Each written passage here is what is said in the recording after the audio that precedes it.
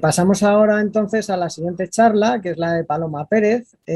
Paloma Pérez es secretaria de ANFE, que es la Asociación Nacional de Fabricantes de Fertilizantes. Es secretaria general desde 2011. Además es licenciada en Geoquímica por la Universidad Autónoma y había trabajado, además de en ANFE, pues ya había estado trabajando en el grupo de trabajo sobre fertilizantes de la Comisión Europea y también pues, en distintos ministerios, también en temas relacionados con los fertilizantes y otros procesos industriales. Y nada, pues por lo mismo, le hemos invitado a ella a participar porque creemos que es una voz súper autorizada en este tema y que seguro que nos va a ilustrar bastante sobre su punto de vista. Te dejamos que compartas pantalla y empieces la presentación. Muchas gracias. Y pues nada, paso a compartir la presentación. Y nada, lo primero de todo, daros las gracias a Rowena por invitarnos a participar en esta jornada, que es muy interesante. Y nada, la ponencia del Ministerio de María Luisa Ballesteros ha sido muy interesante. Y bueno, pues nosotros queremos dar simplemente en nuestros comentarios nuestra visión sobre este Real Decreto. Y bueno, quería empezar hablando mostrando los temas que voy a comentar. Primero hablaré un poquito de lo que es la asociación, que aunque ya todos lo conocéis, pues recordar un poco algunos conceptos. Y luego ya pasar a hablar del borrador de Real Decreto y cuál es la valoración y las observaciones que tenemos por parte del sector. Bueno, con respecto a la Asociación Nacional de Fabricantes de Fertilizantes, ANFE, ya sabéis que agrupa a las principales empresas fabricantes de fertilizantes que tienen representación en el territorio español. La mayoría de ellas tienen plantas de fabricación en España y hay también una empresa de ingeniería dentro de los miembros, una empresa de ingeniería para fabricación de plantas de fabricación de fertilizantes, pero también tiene una división de medio ambiente que está avanzando mucho y tiene muchos proyectos a futuro. Bueno, estos son los 14 empresas que son miembros de la asociación, ya todas ellas las conocéis, y todas ellas fabrican productos y con ellos se abastece la demanda de productos que necesita la agricultura española. No me quiero entretener mucho porque ya esto lo conocéis, pero bueno, sabéis que todas ellas tienen plantas de fabricación. Hay empresas que tienen varias plantas repartidas por todo el territorio nacional, de manera que los agricultores pueden abastecerse de producto sin problema. Dentro de las actividades que realiza la asociación destacamos la elaboración de las estadísticas de fertilizantes, que luego son publicadas por el Ministerio de Agricultura, y también en AFE se hacen estudios relacionados con el sector, relacionados con la fertilización racional, y una actividad muy importante es el fomento del uso de fertilizantes con criterios de eficacia, calidad, seguridad y respeto al medio ambiente. Y luego también quería mencionar algo muy importante, que es que en ANFE tenemos la Secretaría del Comité Técnico de Normalización de UNE, el 142 de fertilizantes, enmiendas del suelo y medios de cultivo, que últimamente está siendo muy activo porque se está elaborando una norma en relación con el etiquetado de los fertilizantes en base al nuevo reglamento 2019-1000. Y esta norma se fijará unos criterios eminentemente prácticos para etiquetar a los productos y será muy útil para todo el mundo, tanto para los agricultores como también para los inspectores, de manera que tengan criterios muy prácticos. Porque la verdad es que el reglamento es muy farragoso y hay cosas que no están no son fáciles de entender. Entonces pretendemos que esto sea algo muy visual, muy práctico. Quería comentarlo. Entonces ya nos centramos en lo que es el borrador del Real Decreto de Nutrición Sostenible, que nosotros, bueno, pues lo vimos en su día cuando lo pusieron en audiencia pública y enviamos al Ministerio nuestros comentarios y que queremos ahora compartir con todos vosotros estos comentarios. Entonces, bueno, primero de todo queremos destacar que el sector acoge favorablemente la iniciativa del Ministerio de pues, regular el aporte sostenible de nutrientes a los suelos agrarios, nos parece muy importante. Y sobre todo que se incluya no solo al sector de los fertilizantes, sino a todos aquellos materiales y a todas aquellas actividades agrícolas que aporten nutrientes al suelo o bien que modifiquen las propiedades o las características del suelo. O sea, que es algo más amplio, no solo afecta a los fertilizantes, sino a varias actividades que aporten nutrientes al suelo. Y por supuesto, el objetivo de mantener o aumentar la calidad y la productividad de los suelos agrícolas es un objetivo muy loable, pero por supuesto que vaya ligado a la reducción o minimización del impacto ambiental de la aplicación de todos estos productos. Entonces nos felicitamos porque haya una regulación, un Real Decreto que regule todo esto, todos estos aspectos. En concreto, pues valoramos positivamente pues, todas las directrices que se han incluido en el Real Decreto sobre el plan de abonado y sobre las buenas prácticas agrícolas mínimas para aplicar estos nutrientes a los suelos agrarios con independencia de su origen. También destacamos en este Real Decreto la validez de todo, cómo se regula el cuaderno de explotación en el que se va a incorporar, en el que se incorpora toda esta información mínima que debe incluir los agricultores en relación al aporte de nutrientes a los suelos agrarios. Pero no obstante, a pesar de que nosotros acogemos favorablemente esta iniciativa del Ministerio, tenemos una serie de observaciones que, bueno, nosotros las hemos trasladado y no sabemos si el Ministerio finalmente las ha recogido o no. Por eso, bueno, yo las voy a mencionar aquí en esta ponencia, pero no sabemos si el Ministerio ya ha corregido alguna de las cosas que decimos, ¿no? De manera general, nosotros queremos destacar que la aportación de nutrientes en España ya es sostenible. O sea, si en alguna ocasión se habla de poca sostenibilidad y tal, no. En España ya el agricultor está haciendo las cosas muy bien. Pero, por supuesto, todo se puede mejorar, por eso está muy bien estas medidas que se van a introducir. También es importante destacar que la agricultura europea es de las más eficientes del mundo. Por eso, si hay medidas que lleven a reducir el aporte de nutrientes, que tengan como consecuencia reducir la producción agrícola en la Unión Europea, pues hay que tener en cuenta que lo que no se origine aquí, lo que no se produzca aquí en la Unión Europea, se tendrá que producir en otras partes del mundo, que por supuesto son menos eficientes y que contaminan más. Además, si se tiene que traer esos productos de otros países terceros, habrá que tener en cuenta esas emisiones y esa generación, una mayor huella de carbono ligada al transporte de esos productos. Y eso también es algo a tener en cuenta. Luego, por otro lado, en el Real Decreto se habla de la política europea y en concreto la estrategia de la granja a la mesa. En esa estrategia se dice que se busca diseñar un sistema alimentario justo, saludable y ecológico.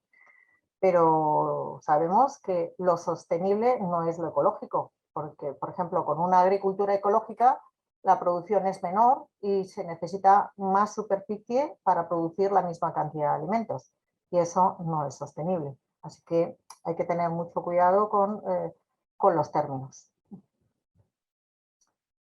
En el Real Decreto se dice que siempre que sea posible se priorizará el uso de fertilizantes orgánicos. Pero también tenemos que tener en cuenta que una fertilización mineral, si se realiza adecuadamente y con nutrientes fácilmente disponibles para las plantas, este tipo de fertilización es menos contaminante que la fertilización orgánica, en donde la mineralización es impredecible en el tiempo y además depende de factores no controlables como la humedad, la temperatura, etc. Entonces, en ese caso, si se aporta unos nutrientes en una época que no es la correcta y se pueden producir pérdidas de esos nutrientes, lo cual puede llegar a ser más contaminante. Además, otra observación es que los fertilizantes orgánicos en general se aplican en dosis superiores a las de los fertilizantes minerales, eso sabemos. Y si esos fertilizantes orgánicos tienen unos contaminantes o unos metales pesados, pues evidentemente al ser su aporte mayor, pues el aporte de estos contaminantes o metales pesados será también mayor.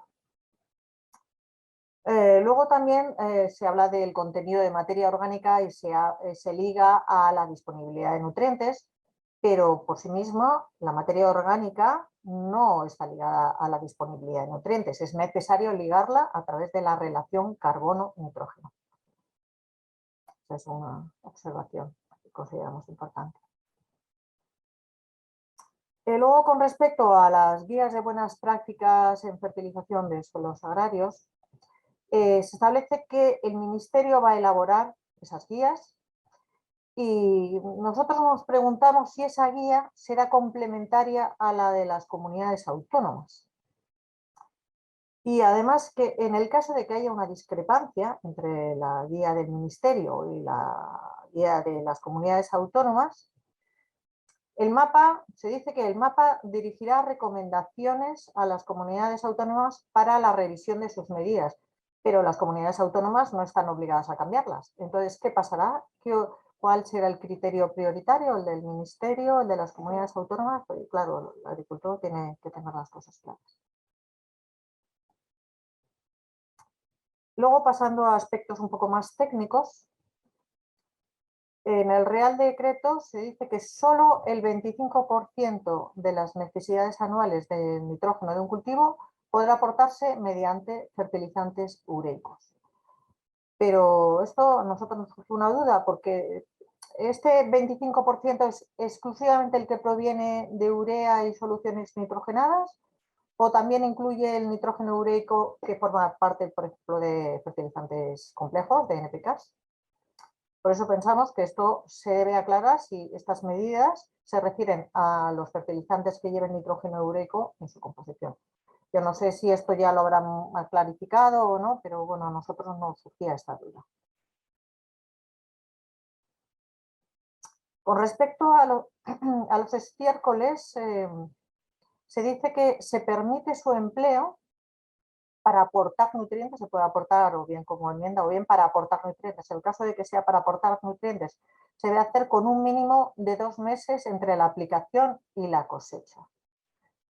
Pero la aplicación de estiércoles durante el periodo vegetativo del cultivo puede generar problemas de toxicidad a la planta. Por eso consideramos que se debería ampliar el plazo en el que no se pueden aportar los estiércoles. Esta es una sugerencia que hacemos al Ministerio. Luego, por supuesto, todos sabemos que los estiércoles, el contenido de nutrientes es más bajo que los fertilizantes minerales y que pueden incorporar algunos metales pesados y sustancias nocivas, con lo cual esto hay que tenerlo en cuenta.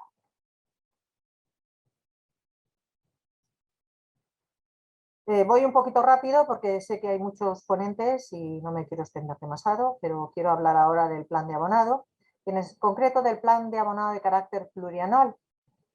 Muchos agricultores varían los cultivos del año dependiendo de las condiciones del mercado. Por eso, en función del cultivo que se seleccionan, pues cambiarán su plan de abonado. Y esto hay que tenerlo en cuenta. Y luego, ya como hablábamos antes de las comunidades autónomas, todos los periodos de prohibición de abonado consideramos que deben de ser coherentes con todas las medidas que están incluidas en los programas de actuación de las zonas vulnerables de las comunidades autónomas. O sea, debe haber coherencia entre ambas disposiciones, entre las medidas del Real Decreto y los programas de actuación de las zonas vulnerables.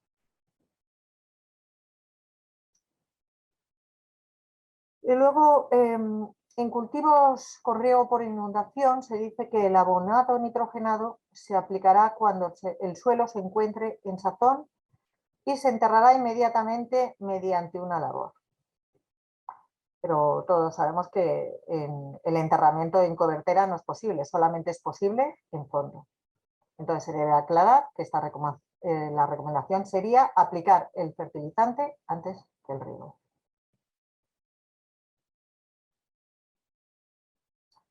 Y con respecto al registro, como no lo han comentado, pero queremos hablar del Registro General de Fabricantes y Operadores de Productos Fertilizantes, que aparte de todas estas disposiciones de plan de abonado, cuaderno de explotación, etcétera, incluyen una obligación hacia los fabricantes y operadores, y es que tienen que registrarse en este registro de cada comunidad autónoma en la que tengan instalación. Y además, estos fabricantes deben declarar en cada comunidad autónoma donde estén registrados las ventas anuales de los distintos tipos de fertilizantes, minerales, orgánicos, minerales y bioestimulantes.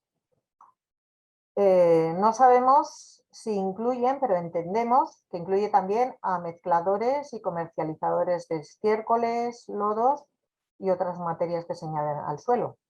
Esta es la forma de conocer más su mercado y su utilización, pero no lo especifican, pero entendemos que está incluido. Y tampoco está muy claro si están obligados a inscribirse los distribuidores y los almacenistas. Entonces, aparte de este registro, entendemos que se pretende utilizar esta información sobre las ventas de los fabricantes a efectos estadísticos. Y si es así, entendemos que es fundamental llevar a cabo una trazabilidad con un conocimiento adecuado del sector. Porque si no se hace así, se pueden duplicar cantidades. Porque, por ejemplo, si un fabricante vende un producto a otro fabricante como materia prima para producir otro fabricante o para comercializarlo, en caso de que no se interprete bien, pues el ministerio podría contabilizar doblemente una misma cantidad, la del fabricante inicial y el otro que lo usa para la formación. Y luego, importante, que esas cifras se refieren a ventas, o sea, son las ventas de los fabricantes y no son cifras de consumo. O sea, no sabemos cómo las va a utilizar el ministerio porque, evidentemente, eso no implica que los fertilizantes, esas cifras, son fertilizantes que se aplican al campo en el momento en el que se han adquirido. Por ejemplo, el producto se puede haber almacenado por una menor demanda puntual y aplicarse a posteriori, transportarse a otras comunidades autónomas o bien emplearse como materia prima por otros fabricantes para la obtención de los productos. Por tanto, como comentaba al principio, es importante conocer todos estos aspectos, tener una adecuada trazabilidad de los datos y un adecuado conocimiento de lo que sucede en el sector. Pero bueno, a nosotros nos parece que esto no es adecuado pedirlo a los fabricantes porque, por un lado, el ministerio ya tiene esa información, o sea, con respecto al consumo de fertilizantes, como ya he comentado antes, el ministerio publica los datos de consumo de fertilizantes que son elaborados en ANFE y son cifras que son contrastadas y que son muy rigurosas. Y este consumo que ronda los 5 millones de toneladas y también se publican el consumo de macronutrientes y también la distribución por comunidades autónomas. O sea que el ministerio ya tiene esta información con respecto a los fertilizantes minerales. Y luego con respecto a la información de las emisiones, pues también puede tenerla a través de las autorizaciones ambientales integradas que conceden las comunidades autónomas y en el caso de los estiércoles, pues a través del censo de explotaciones de producción animal y también será por comunidades autónomas también. Por tanto, pues entendemos que no se justifica esta obligación por parte a los fabricantes y operadores de proporcionar unos datos de ventas que son confidenciales. Y bueno, pues en el caso de algunas empresas, pues podría ser la circunstancia de que, pues, por motivos de confidencialidad, pues diera una información que no fuera la real o que fuera, no sé, luego hay que tenerlo en cuenta.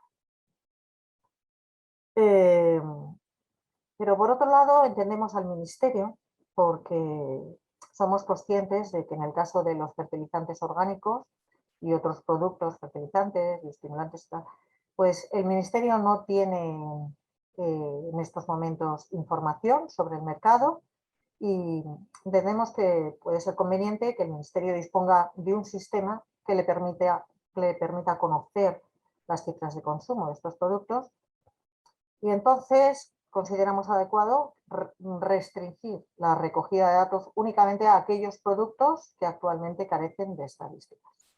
Esa es nuestra propuesta al Ministerio. De esa manera se evitaría la duplicidad y falta de rigor. Bueno, si ya tienen unas estadísticas, estas otras que proceden de las comunidades autónomas, habría que cruzarlas con las que tienen con las actuales. Y bueno, eso sería complicar un poco la situación. Luego también ligan esta obligatoriedad al cumplimiento del Real Decreto sobre medidas para la reducción de las emisiones de determinados contaminantes atmosféricos. Pero en este Real Decreto únicamente se dice que se debe hacer un inventario de emisiones. No habla para nada de realizar un inventario de fertilizantes. Únicamente se menciona a los fertilizantes en el sentido de que se deben elaborar unos códigos de buenas prácticas agrarias como medidas de gestión del nitrógeno y de reducción de las emisiones de amoníaco por el uso de fertilizantes minerales. Y además en el artículo 4 de este Real Decreto se indica que no se contabilizarán las emisiones de óxidos de nitrógeno, NOx, y de compuestos orgánicos volátiles no metánicos, y de las actividades contempladas, o sea, ni de la gestión de estiércoles ni de los suelos agrícolas. Entonces, por todo ello entendemos que no se justifica el pedir todos estos datos que consideramos que son confidenciales para las empresas. Pero, por el contrario, sí pensamos que sería adecuado que el Ministerio realizara estudios acerca de cómo se están aplicando los productos fertilizantes y que estos estudios se repitiesen periódicamente. De esa manera se podrán valorar las condiciones en el momento de partida y se podrá evaluar la incidencia de las medidas correctoras en la reducción de las emisiones. Eso nos parece que sería muy útil. Y bueno, pues estas son las observaciones que queremos compartir con todos vosotros y, por supuesto, responderé a las preguntas que tengáis y quiero agradecer nuevamente la invitación a participar en esta jornada.